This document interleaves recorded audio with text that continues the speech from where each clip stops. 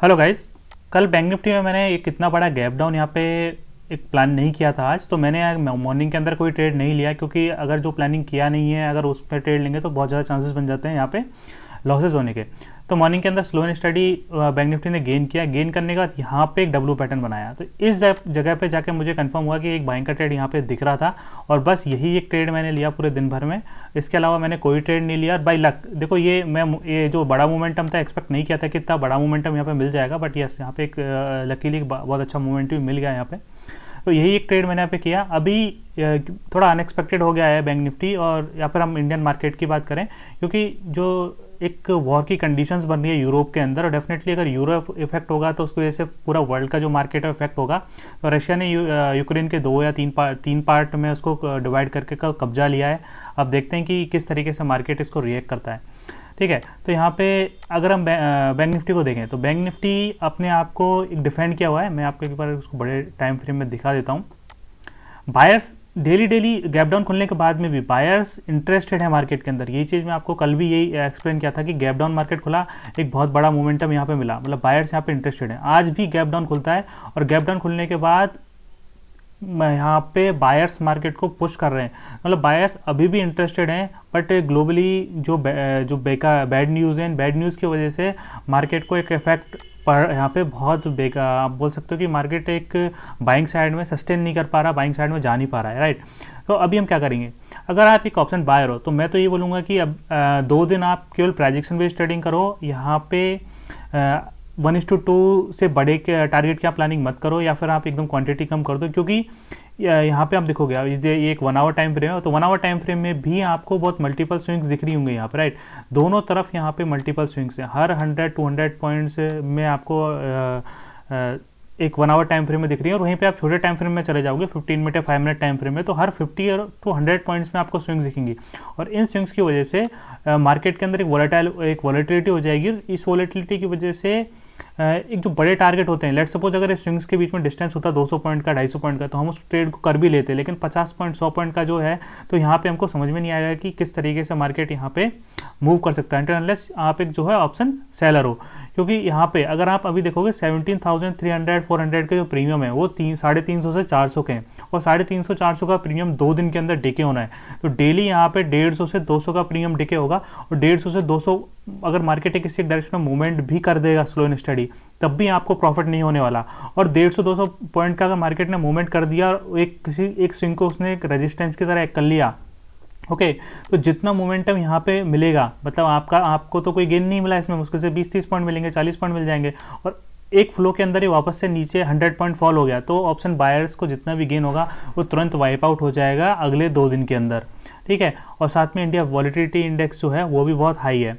तो यहाँ पे हम किस तरीके से प्लानिंग करेंगे बैंक निफ्टी को, तो देखो मैं यहाँ पे प्लानिंग तो यही कर रहा हूँ कि अगर मुझे कोई, जैसे आज यहाँ पे सेकंड हाफ में ट्रेड मिला था, अगर इस तरह से कोई ट्रेड मिलता है तो मैं यहाँ पे ट्रेड लूँगा, नहीं तो मैं यहाँ पे 2 दिन ट्रेड नहीं करूँगा। यहाँ पे देखो अभी भी ये सेलिंग का ट्रेंड लाइन है, सेलिंग का ट्रेंड लाइन मेंटेन है। आप इसको, ये जो पीक है, पीक थोड़ा को फॉल्स ब्रेकआउट की तरह आपको ट्रीट कर सकते हो। तो आप क्या करो, इसको जो है कुछ इस तरीके से आप ड्रॉ कर सकते हो यहाँ पे, और साथ में जो सपोर्ट एरिया है यहाँ पे 36,800 ये लास्ट सपोर्ट एरिया है, और यहाँ पे ये लगभग 400 पॉइंट का एरिया है, तो 37,200, राइट। 36,800 से 37,200 ये 400 पॉइंट का एरिया है। इसी 400 पॉइंट के एरिया में से बार बार मार्केट बाइंग में आ रहा है, और ये एरिया आप देख रहे होगे ट्रेंगल के अंदर का, ये नैरो होता जा रहा है। तो जब तक इस नैरो एरिया के अंदर ट्रेड कर रहा है तब तक मैं यहाँ पे ट्रेड नहीं करूँगा। अभी मैं यहाँ पे कौन कौन सी ट्रेड प्लानिंग कर रहा हूँ, मैं एक ट्रेड यहाँ पे प्लानिंग कर रहा हूँ कि अगर मान लो ये वापस से इस जो ट्रेंड लाइन है, ट्रेंड लाइन पे जाने के बाद में एक 5 मिनट या 15 मिनट में नेगेटिव कैंडल बनाता है, तो वहाँ से एक सेलिंग वाला ट्रेड यहाँ पे आप एक्सपेक्ट कर सकते हो, क्योंकि सेलिंग हमेशा फास्ट होती है। तो आप पुट बाई करके एक जो है 1:2-3 का जो है टारगेट वहाँ पे आपको देखने को मिल सकता है, अगर ये ट्रेड हमको मिलती है। उसके अलावा बाइंग का ट्रेड अगर सपोर्ट पे आएगी तो आप पुट चाहे सेल कर सकते हो, लेकिन कॉल बाइंग के लिए मैं बिल्कुल रिकमेंड नहीं करूँगा अनटिल अनलेस ये इसको ब्रेक करे। अगर इसको ब्रेक करने के बाद एक प्रेडिक्शन बना के निकलता है तभी हम कॉल बाई करेंगे, नहीं तो हम कॉल बाई नहीं करने वाले। या फिर जो है अगर मान लो मार्केट एक फ्लो के अंदर यहीं इसी पॉइंट से अगर ये ब्रेकआउट दे देता है तो फिर यहाँ पे 38,000 के ऊपर जाना चाहिए। और क्योंकि लास्ट जो एरिया है वो है आपका 37,800 से लेके 37,800 से लेके 38,000, 200 पॉइंट का ये जो एरिया है ये रेजिस्टेंस की तरह एक करेगा। तो जब तक 38,000 के ऊपर जाके ट्रेड नहीं करना स्टार्ट नहीं कर देगा, प्राइस एक्शन बना के उसके ऊपर सस्टेन नहीं करेगा, तब तक हम बाइंग साइड में बड़ा मोमेंटम एक्सपेक्ट नहीं करेंगे। तो दो तरीके के मोमेंटम हो गए, अगर ये सपोर्ट पे आके इस ट्रेंड लाइन को ब्रेक करता है या फिर अगर यहीं से अगर ऊपर निकलता है तो 38,000 के ऊपर जाना चाहिए, राइट। तो इस केस में एक हमारा स्टॉप लॉस सेट होने का चांसेस रहेगा, जो क्योंकि हम यहाँ पे एक प्लानिंग कर रहे हैं सेलिंग का, उसमें हो सकता है कि स्टॉप लॉस सेट हो जाए हमारा। बट उसके अलावा मेरे को यहाँ पे ट्रेड ऑप्शन बाइंग की बैंक निफ्टी के अंदर नहीं दिख रहा हूँ। एक और बड़ा ट्रेड है कि अगर वापस से बैंक निफ्टी 36,800 के नीचे आ जाती है तो ये जो एक डिमांड एरिया है, इस डिमांड एरिया में ट्रेड करना स्टार्ट कर देगा। तो 400 पॉइंट का ये ट्रेड बचा एक, तो 36,800 से लेकर 36,400 तक का जो कि एक लास्ट जो सपोर्ट एरिया था इसके पास आ जाएगा ये लास्ट स्विंग को टेस्ट करने के लिए। तो 400 पॉइंट यहाँ बचा हुआ है। अगर 36,400 के नीचे निकलता है फिर हम एक बड़ा 1000 से 1,500 पॉइंट का मोमेंटम एक्सपेक्ट कर सकते हैं। फिर आप ये जो सेलिंग का ट्रेंड लाइन है इसको रेस्पेक्ट करके एक बहुत बड़ा सेलिंग मोमेंटम हमको देखने को मिल सकता है बैंक निफ्टी के अंदर। तो अगर ये दो ट्रेड मिलती हैं तो आप डेफिनेटली इन दोनों ट्रेड को आप लो। उसके अलावा बाइंग के लिए आपको पूरा प्रॉपर वेट करना है। अगर मार्केट इस रेंज के अंदर रहता है तो 2 दिन आप ट्रेड मत लो एज ए ऑप्शन बायर, कोई प्रॉब्लम नहीं है। वहीं अगर हम निफ्टी की बात करें तो देखो निफ्टी के अंदर भी मैं इसको पहले 1 आवर में ही इसको भी एक्सप्लेन कर देता हूँ। तो यहाँ पे देखो एक सेलिंग का ट्रेंड लाइन मेंटेन है और इस ट्रेंड लाइन के लिए मैं आपको पिछले 2-3 दिन से बता रहा हूँ और इसमें राइट और इसके साथ में आप देखोगे तो यहाँ पे एक ट्रायंगल भी बनाया हुआ है, राइट। तो ये इसका सपोर्ट एरिया है।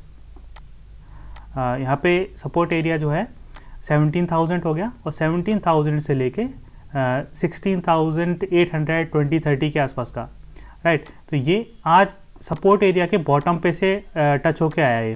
तो यहाँ पे अगर 16,800 के नीचे निकल गया ना निफ्टी, दैट मीन्स निफ्टी के अंदर एक फॉल आएगा और वो आपको 300 से 400 पॉइंट का एक फॉल आ सकता है, एक मोमेंटम के साथ निफ्टी जा सकता है वहीं पे। क्योंकि अभी भी जैसे कल भी गैप डाउन खुला, एक बाइंग मोमेंटम मिला, आज भी गैप डाउन खुलने के बाद में भी यहाँ पे जो है एक 17,000 पे प्रॉपर प्राइस एक्शन बना के इसने ऊपर की तरफ गया है। तो यहाँ पे हमको एक मोमेंटम मिला बाइंग साइड में, तो डेफिनेटली बायर्स यहाँ पे भी इंटरेस्टेड है।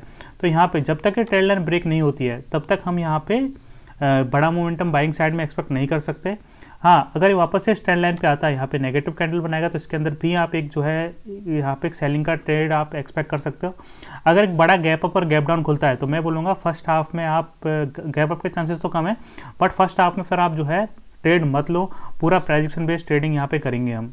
ओके, 2 दिन ट्रेडिंग नहीं करेंगे, आप 2 दिन वेट एंड वॉच और देख लो किस तरीके से मार्केट रिएक्ट कर रहा है। ऐसी कंडीशंस बहुत कम ऑब्जर्व करने को मिलती हैं। होपफुली बैंक निफ्टी और निफ्टी से रिलेटेड पॉइंट आपके समझ में आए हो। अगर आपका कोई डाउट है तो कमेंट कर सकते हैं। मिलते हैं नेक्स्ट वीडियो में। Thanks for watching this video.